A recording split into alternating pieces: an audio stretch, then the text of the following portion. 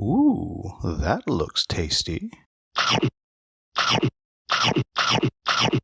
Welcome, folks. Jay the Hung Gamer is back with another game preview, and today we have a little bit of a new format. I'm joined by Tyson Mertlick of the Longest Turn Board Game Podcast, which is also the longest name board game podcast out there. And he and I just this morning did a demo of Ascendancy, which somewhere there's a picture of the box cover. And since this game only has about just under 2 weeks left on Kickstarter, we thought we'd just kind of talk about it, about our pros, about our cons. And for myself, this is very much a first impressions. Even though they were kind enough to reach out to me a while ago, I couldn't cover it. They offered to send me a prototype. It just did not work with my schedule because this is a big game. But I got a demo done today. Now Tyson's been very, very excited about this game since Gen Con, and he's done a lot of research into it. So if you want informed critique, listen to him. If you I don't know want if we'd go that far. the best critique, listen to me. But before we jump into Tyson, give yourself a little plug for your podcast. Yeah, so like Will said, my name is Tyson. I am a third of the host on the Longest Turn Board Gaming Podcast. We've been a podcast for about 2 years now, and we put out a lot of content in regards One to episode. Yep, we've got one episode. Oh, we're close to 50. We're close to 50 episodes now. But we do a lot of reviews. We do top 5 lists. We do a lot of little things like that, and do some interviews, things of that nature. We just like to play board games and talk about them. So that's generally what we do. All right. So this game that we played today, it's called Ascendancy. It is a 4X meets worker placement Euro game. Is how it's built. It's how it's built. And so, and it's a kind of a fantasy realm. I think you're trying to rule the kingdom. I'm not fully sure. What are we trying to do? It's your typical 4X experience. You're trying to expand, exterminate, exploit, and I always forget an X, but we're trying to explore. Hey, that's the one I'm missing. Yep. So you're trying to do all those things, and I think that this game is possibly the most ambitious 4X game I've ever seen, in that it throws the kitchen sink at it, and that there's so much content and different things that it can do. All right. So we'll jump right straight in. Did you get the 4X's, even though you don't know what one of them is? Did I get the 4X's? That's a great question. So the way the game works is it's I think mostly, honestly, I think it's a worker placement game. And 100% it's a worker placement game. In the game, you have 4 different worker placement board areas. These areas all, I believe, loosely tied to one of the 4X's. One allows you to explore the map a little bit more. One allows you to expand your empire. And one allows you to exploit the resources that are available in the land, etc. So yes, I do think in a sheer technical sense, it does. I don't know. What was your experience, Will? Do you feel like you felt that? I mean, I didn't do any expanding because I'm bad at games, but I could have. And it was interesting because the two that I felt were the lightest were the expand and the exterminate. Because I had to choose, do I want to expand or do I want to exterminate? Because both that conquest action where I got to fight my giant bugs and where you were putting down tiles were on the same board. So those were the two lightest, but they were definitely there. I mean, I can't think of any 4X games where all 4 of them were like intense, but the expand and exterminate felt the lightest to me. No, I think I'd agree with that in general, at least from my perspective. But I think it's worth noting that we played a 3-decade game. In this game, what you can do is a decade is a round. So each round, you're supposed to have expanded a decade's worth of time in terms of the game. We played 3 decades worth, and really that's considered what the short game.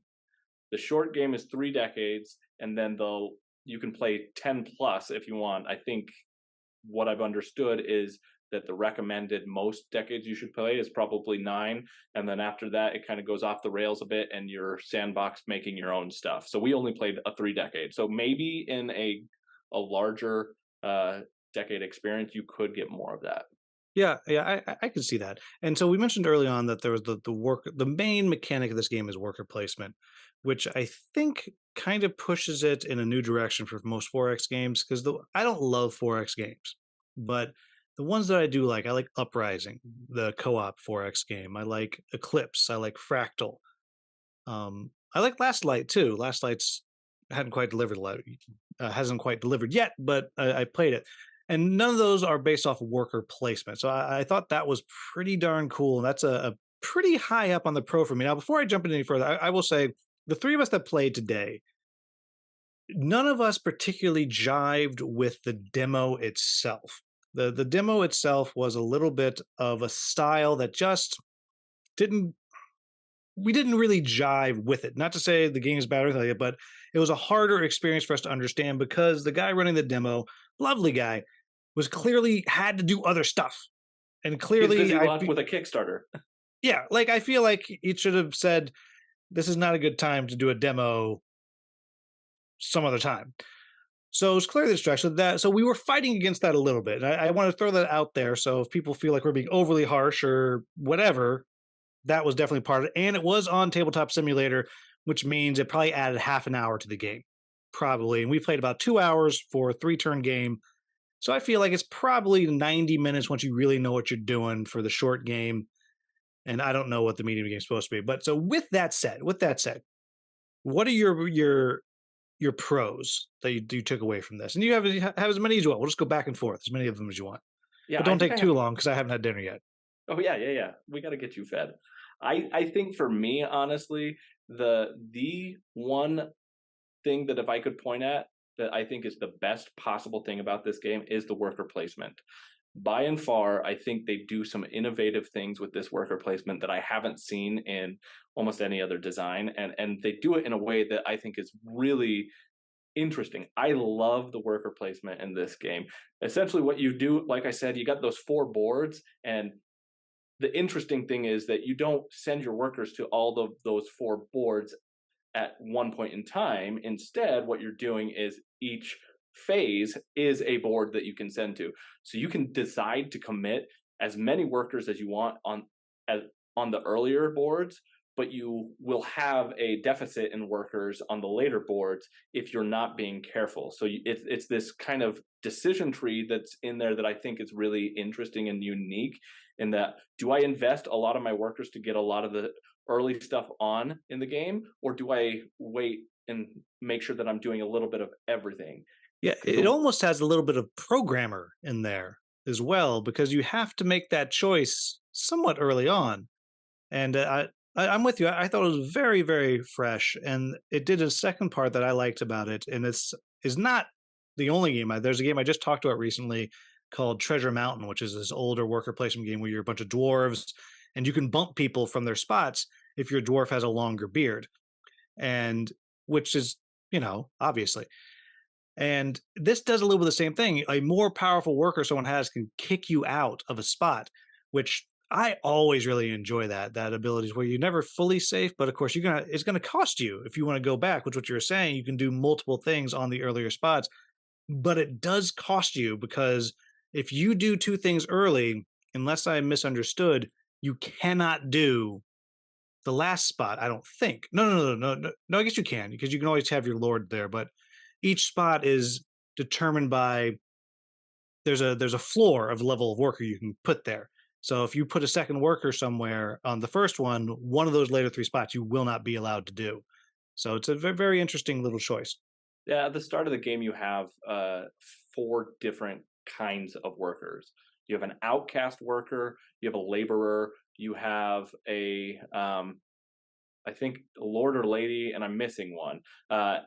But you have like these classes of individuals, and certain classes can go to certain boards, which is thematic in that only the royals can go in the royal area of the board. So exactly what you're saying, Will, is that you can take one of those more advanced, more privileged workers and bring them down to a lower classes area and knock people out with them, but that means that you've used your higher class, and an outcast, the lowest class, cannot go up to any of the higher class areas. It's just taboo. You're not allowed to do that. Well, because you're unclean and they don't want you. Right, Yeah. right. So one of the other things that I particularly enjoyed about it was I liked that our four factions were very different.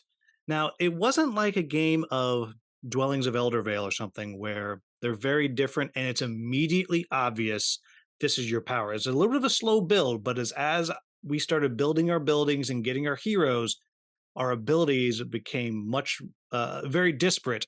And it was different to begin with, but I definitely felt like there was things that I did better as the red faction. I did far better than you did, mostly losing, but I did it really, really well. And I always love that. I love if we're gonna have different factions, I want every faction to feel unfair in some way, shape, or form. And it's not quite there, but I think it's close.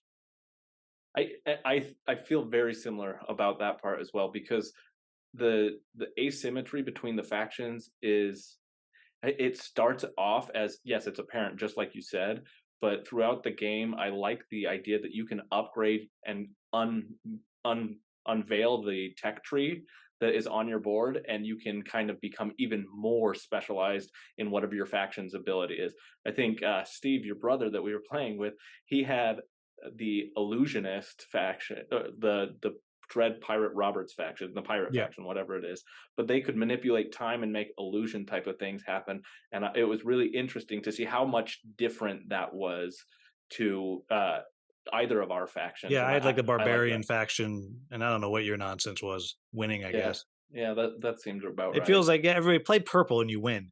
Is what my main takeaway. But also, I mean, I assume that the game's gonna look like this, but it seems like he has put into TTS the game trays, because the way that when you upgrade your buildings and you build things like the you can't see this, everybody, because you're just looking at our two dumb faces, but the cards slide up, and as the cards slide up as you build things, it opens new spots to drop cubes.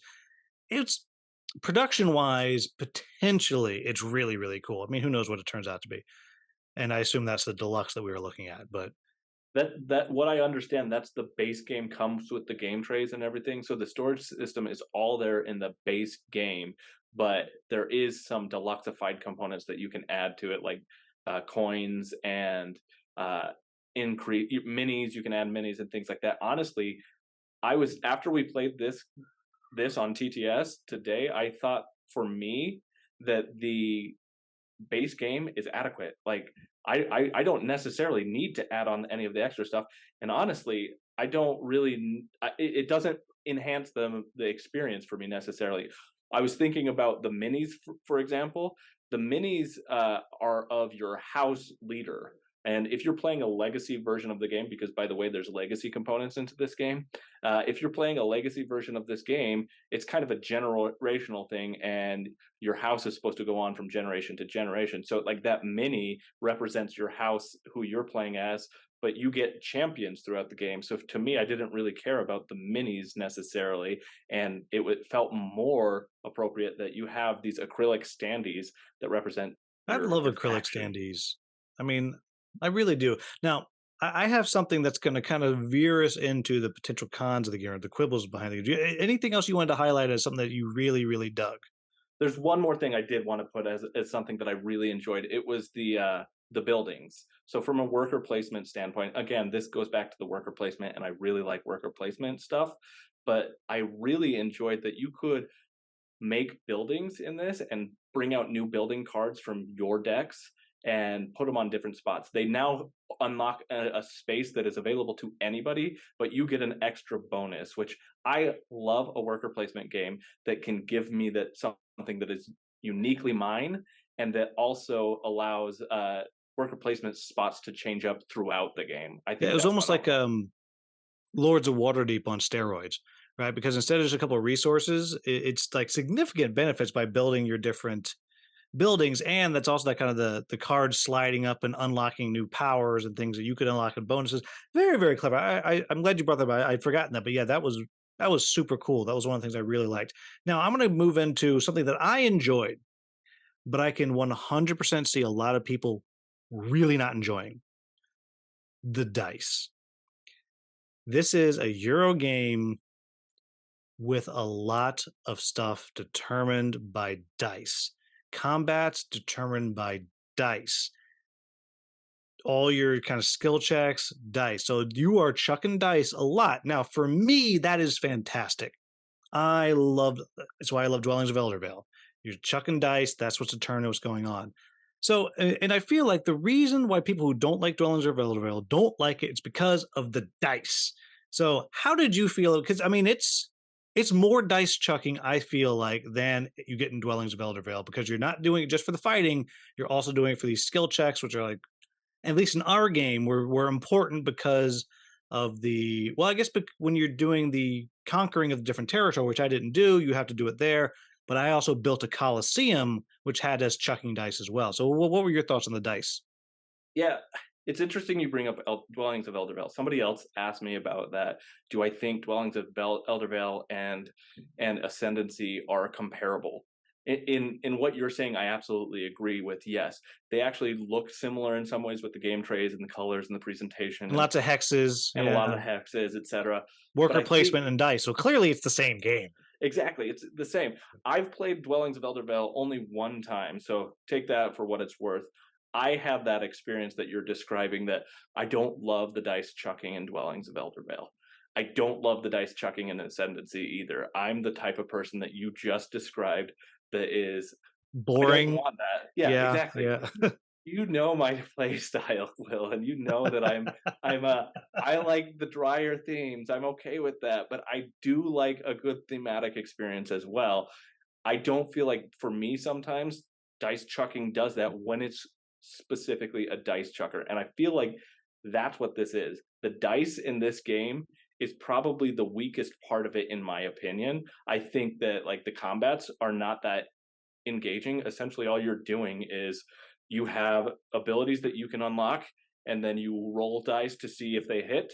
And then if they don't, then you go through this cyclical process of, let's roll, let's check, let's roll, let's check, let's roll. And it doesn't give me anything super satisfying in that. And the other problem I have with the combat, honestly, is that essentially, because that's an individual thing most of the time, you can play with PvP, but in what we were doing, we weren't doing any PvP. We were only doing fights against creatures. And if you aren't fighting that round, you're sitting around watching a fight happen, and they're pretty quick for the most part, to be fair. So you're not waiting around too long, but I do worry that there is that kind of downtime where I'm sitting there waiting for this experience to unfold so Yeah, that we I did can have get one into the turn next that we spot. waited forever to somebody finish. You remember who that Mhm. was? I don't know, but probably somebody who has a podcast called The Longest Turn. Yeah, yeah. Yeah, yeah. Now to be fair, the designer did say when we were playing that almost everything when you're doing your resolutions can be done simultaneously, and so there was that. So that does cut down the time. But to your point, I do agree that the comparison with, if you know dwellings, you know that when you're doing your combat, it's everyone rolls their dice. Maybe one person has a card or two that they can play, and that is, I'm going to play lightning bolt. Okay, I'm going to play one too. Done. And this is a little bit back and forth because you're the bad guy's going to roll their dice, and you're going to take a thing, your damage, and maybe you use some of your stamina. So your combat is purely Euro style. You're going to spend your stamina and do an ability, hit them, and then the bad guys are rolling dice to determine their attack and their defense. And so you go back and forth maybe two or three times, and it's relatively quick, but there is a little bit of, they roll a die, okay, I did that, how do I respond? So it's not the most interesting dice combat. Though for me, like I said, I enjoy dice chucking in combat, and I like that risk. Like there's always that thing where we watch Steve pull up an abyssal basilisk, and we're like, "You're stupid." You're dead. Yep. But the beauty of the dice combat there becomes, well, if the dice go his way, he could be fine. So there is that excitement to dice that are in there.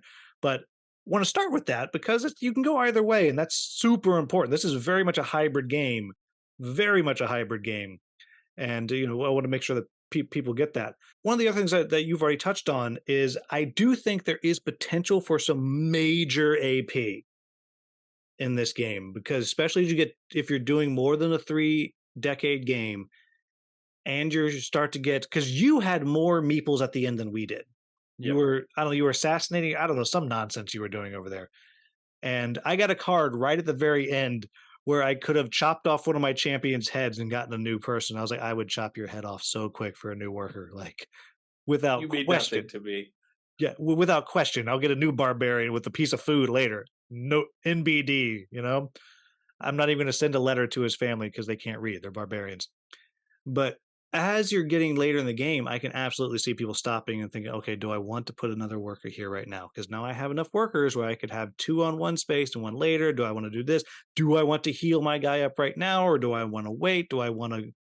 There's a lot of decisions going on because there's a lot of interlocking parts.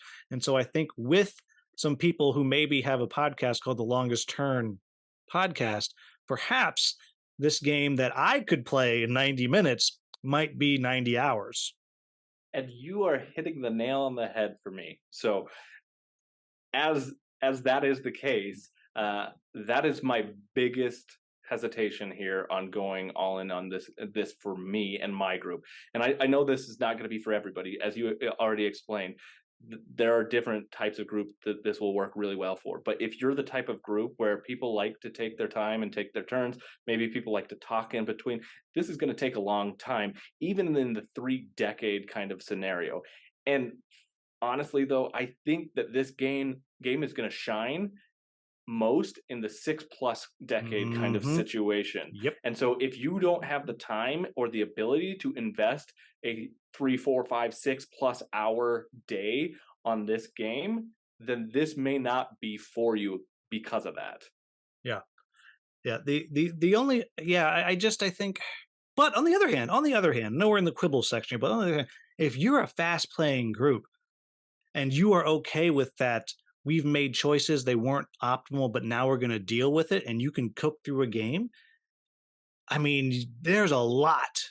There is a lot here because we played one scenario and I was glancing up at the top. I think there's 8, maybe. I Yeah. mean, a lot of different ways you can play this, and there's a lot going on. We barely scratched the surface in this thing today. So I mean, there's a lot going on, but it's very much like with the dice combat. It's either you like that or you don't. It's very much either side of the coin there. The only other thing that I'm going to call as a potential quibble is the legacy elements. I love me a campaign, and this is not a legacy style game that like you're ripping things up. It's resettable, but I'm not sure that it's not the strong get stronger and the winners are going to keep winning. Now, to be fair, the designer did say that if you select like the scenario thing, everyone can use it, or if your reward for winning, you select a vice, which you have to work hard to turn into a virtue. But I'm just not sure that if I am playing against somebody who's just at the beginning, just is not as good at this kind of game, I'm not going to get ahead and just keep on staying ahead with an advantage. So that to me is a concern, though you don't have to play this thing legacy at all. It very much strikes me like it could be like a Frostpunk style game, which is nowhere near the same, but Frostpunk has a bunch of different scenarios you can play, and they're all one-offs and all very different. But if you want to play legacy, look closer because I'm not sure that it's not as strong gets stronger. I was not convinced the other way. And and that's an interesting point because that's similar to what I felt in a lot of ways is that this game, as much research as I've done into this game and looked into it, it does have all of these different possibilities you can do. I don't know at this point. I've played a solo experience and I've played this experience today. I don't know where the optimal best experience lies in this game. And because there's so much things that you can turn on and off, it's not just one scenario that I'm selecting. I'm also selecting, am I doing it competitively? Am I doing it cooperatively? Am I doing this solo? Am I doing this by adding PvP to the game? Or can we do trades in the game? Can I turn on events? Can I turn on these other things? There's a lot to unpack here. And I think it's going to take a long time for if you get this game, it's going to take a long time for you to find where that best experience for you and your group is. So if you're going to be willing to put the time into it, I think that's going to be very worthwhile because there's a lot of stuff to really like about what it is doing. But I do have the concerns that if you're like me, where you play a game two, three, four, five times and you don't get into the lifestyle experiences, then you may not be able to get the full experience out of what this game has to offer. And I think that's a shame because it has the potential to offer a lot. I've only played once now, and I don't really have a full opinion on it. I probably need to play it 3 times, maybe 4 times before I'm like, "Okay, I can talk about this intelligently," which is Right. what I expected, which is why I did not do a full review because I just knew I don't have that kind of time. But that's a commitment, and if, like a lot of people, I mean, how many games do you have that you've played 10 times? Uh, this year, I think I'm at, if we're not counting online plays like Board Game No, get those Arena, out of here. I then, love then online play, but they don't count. I've got like two or three, and they're solo plays mostly. Yeah, I mean, if we're talking this year, I'm pulling up my little stats thing. I bet I have 0 I played 10 times this year, is my guess. Well, that's all time, that doesn't count. I have 2 that I've played 10 times this year, and then 1 I've played 8, and then the next where we're talking 6s, 5s, and so on down the line after that. But I mean, so you're really gonna have to put the time into it. Uh, any other quibbles that you have before we jump into kind of our final ideas? Yeah, there's one last one that I wanted to mention because I have had the opportunity now to play the solo experience and to play the multiplayer experience. I will say that for me, I let me preface this by saying I love a good solo game. I play solo a lot, and I enjoy a good solo experience. This, I think, has a good solo experience, but it's an inferior experience so far from what I've witnessed. And again, you have to take this with a grain of salt, given the fact that I've only seen a fraction of what it has to offer. But it is not as good for me as the multiplayer experience was, primarily because in a solo experience, you're adding these characters that are called nemesis, right? So you can add multiple different nemesis into your game, and they are primarily going to conquer is what they're doing. They're expanding their empire and going on the map. And then they're And blocking you. They're blocking you in yes, place. Yeah. so every at the start of every round, you're going to roll a die to see where they go, and they're going to place all of their workers at the start before you get a chance to place on any of the boards. And because of that, I think that makes an interesting experience. You get to see where's blocked and whatnot, but those, from what I can tell, those spaces are not limited by player count. So if you're playing one versus one on a Nemesis experience, then it may or may not block something that you care about. And because I have the ability to use a higher worker, I can knock something out of there and use it. So it may or may not matter. But my ultimate problem becomes that I don't feel like I get the full multiplayer experience out of that solo experience because there's no strategy really to what that nemesis is doing necessarily, which in a multiplayer game, it's good. I actually really liked the nemesis character a lot because it added a complexity to Yeah, it. it And tightened the game up for us. It it, makes me think of, I don't know if you've played Coloma, but if you play low player count Coloma, they have Buster, which yep. it's just out there to tighten the game, and I like that kind of thing. It definitely. I was hesitant about it when we played today, but I was like, no, I had no other than the fact that I was teamed up with the Nemesis and the Nemesis. No, I was teamed with my No, brother. I Yeah, the was. Nemesis. I was teamed up with my Nemesis, and we sucked. Yeah, but like that's exactly it. Like I like it. I think the nemesis works really well in that experience, but because there's no strategy to what it's doing, it makes it seem like in a solo experience, I can do pretty much whatever I want. And yes, there are obstacles to overcome and things to do, but for me, it didn't feel as exciting with the worker placement element, which is my favorite part of this game, that it takes away the excitement of that worker Mm. placement because a player who is looking at what I'm doing and what they're doing and how they can strategically place something is going to be a more complete experience for me. Yeah. All right. So what's your final take on this? Because we spent a good chunk of time at the beginning talking what we liked and a good chunk of time talking about our quibbles about it. What's your takeaway on this?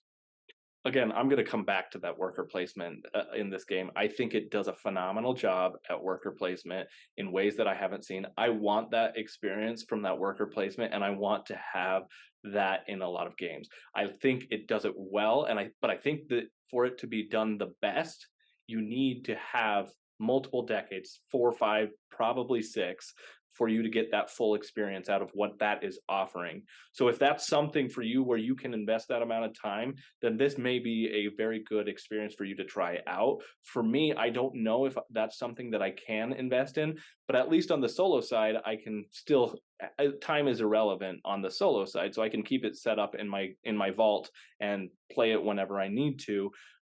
But again, I'm not sure based off of the solo experience I've had versus the multiplayer experience I've had, whether or not I'm getting the same game experience by just doing it for solo or not.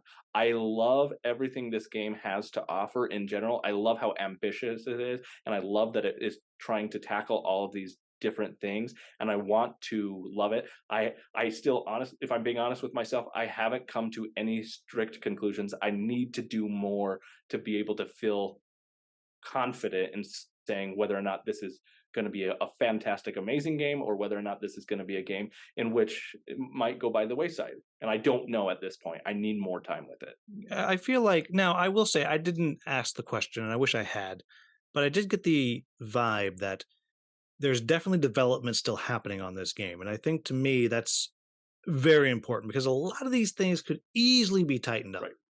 very, very easily. And so I feel like this is, I mean, I'm very intrigued by like, actually, I do want to play this game again.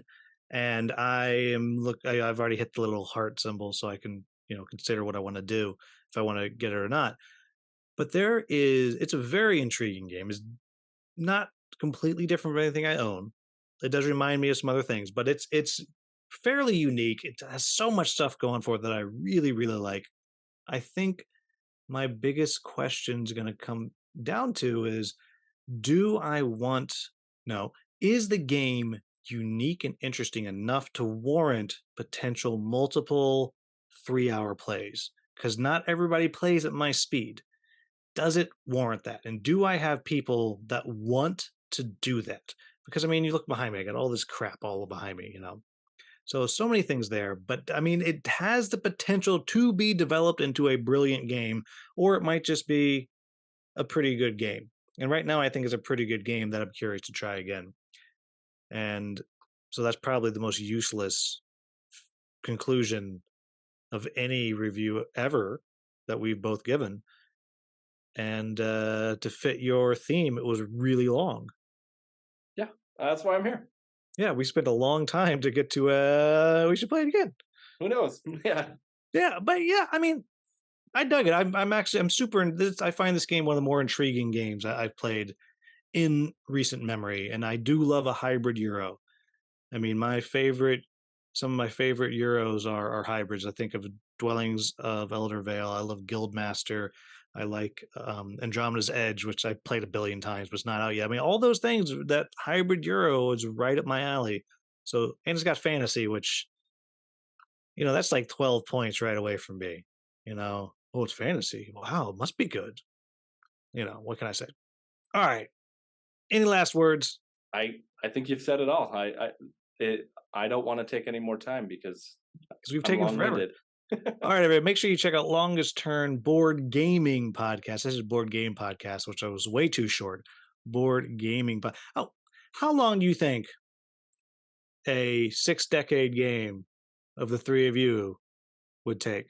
I don't know if it would end. Like it would be so It would. long. It's real time. It's actually 6 decades. Yeah, exactly. All right, everybody. So you can check this out on crowdfunding right now. There's a link down in the description. There's also going to be a link to check out Tyson's podcast. Make sure you do that. Or don't, whatever. You do you. You can decide right now if you like the cut of his jib, check it out. If you don't, then you probably stopped watching. And so make sure you check that out. As always, if you found this video useful, please like, subscribe, share, maybe become a channel member. Thank you so much for watching. Have a wonderful, wonderful day. See you.